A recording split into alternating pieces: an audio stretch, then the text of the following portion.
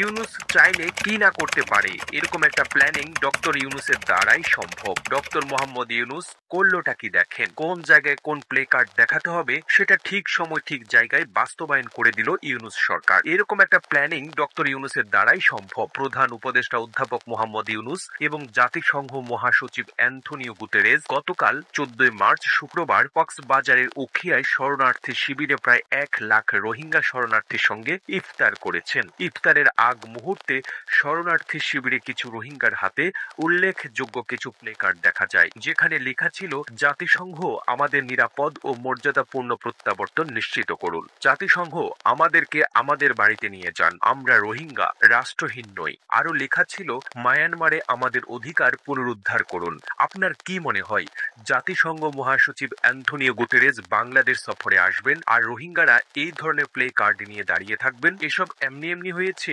মোটেও না। এসব কিছু হচ্ছে ডক্টর মোহাম্মদ ইউনূসের প্ল্যানিং মোতাবেক। তাছাড়া জাতিসংঘ মহাসচিব বলেছেন, আগামী বছর মায়ানমারে রোহিঙ্গাদের ফিরিয়ে নিয়ে সেখানে তাদের সাথে ইফতার করতে চান। ভাবতে পারেন। তাছাড়া রোহিঙ্গাদের উদ্দেশ্যে ডক্টর মোহাম্মদ ইউনূস চট্টগ্রামের আঞ্চলিক ভাষায় যে বক্তৃতা দিয়েছেন তা শুনে সত্যিই আমি মুগ্ধ।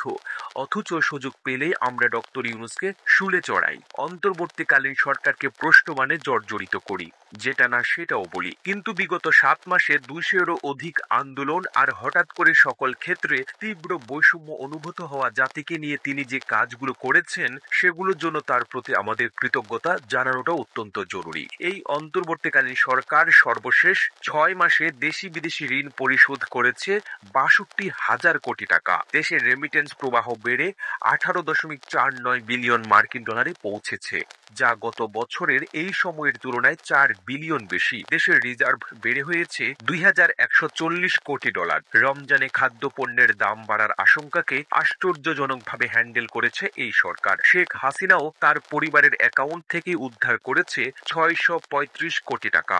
দেশের খাদ্যপণ্যে ভর্তুকি বেড়েছে প্রায় 12%। গত 22 মাসের তুলনায় সর্বনিম্ন মুদ্রাস্ফীতি হয়েছে এই ফেব্রুয়ারি। এমনকি ধর্ষণের মতো ঘটনাগুলোর তদন্ত 15 দিন এবং বিচার 90 দিনের মধ্যে করার সিদ্ধান্ত হয়েছে।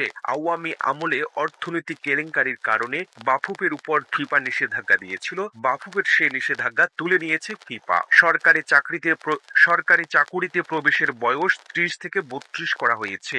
স্কুলের বইগুলোতে শেখ হাসিনার উল্টাপাল্টা সিলেবাস আর পারিবারিক তোষামোদের গল্প বাদ দিয়ে একটা সাজানো গোছানো সিলেবাস দেওয়া হচ্ছে। এখন থেকে প্রাথমিকে প্রধান শিক্ষকেরা পাবেন 2য় শ্রেণীর গ্যাজেটেড কর্মকর্তার মর্যাদা। সর্বশেষ জাতিসংঘের মহাসচিব 4 দিনের জন্য বাংলাদেশ সফরে এসেছেন। গুতেরেসের সফর এই সরকারের ওয়ার্ল্ড ওয়াইড রিকগনিশন বাড়াবে। তাছাড়া জাতিসংঘ মহাসচিব বলেছেন, আগামী বছর মায়ানমারে রোহিঙ্গাদের ফিরিয়ে নিয়ে সেখানে তাদের সাথে ইফতার করতে চান। এর থেকে বড় সুখবর আর বাংলাদেশের জন্য কি হতে পারে? অনেক কিছু বলা সহজ, গালমন্দ করা সহজ, নির্বাচন দ্রুত চাওয়াও সহজ। ধ্বজভঙ্গ একটা দেশ আর ব্যক্তি স্বার্থ কেন্দ্রিক একটা জাতিকে ঠিক করতে ডক্টর মোহাম্মদ ইউনূস অবশ্যই হিমশিম খাচ্ছেন। তারপরেও তিনি অনেক কিছু করছেন, আরো করে যাবেন। প্রতিবেদনটি তৈরিতে তথ্য ও উপাত্তের সাহায্য নেওয়া হয়েছে ব্রেইনবাজ বিডি নামক ফেসবুক পেজ থেকে। আর এতক্ষণ আপনারা সঙ্গে ছিলেন বিশ্ব বাংলার। সেই সঙ্গে আপনি বাংলাদেশের কোন জেলা থেকে এই ভিডিওটি দেখছেন আমাদের কমেন্ট করে জানান। আমরা পরবর্তী ভিডিওতে আপনাকে ধন্যবাদ জানাতে ভুলব না। এতক্ষণ বিশ্ব বাংলার সাথে থাকার জন্য অসংখ্য ধন্যবাদ।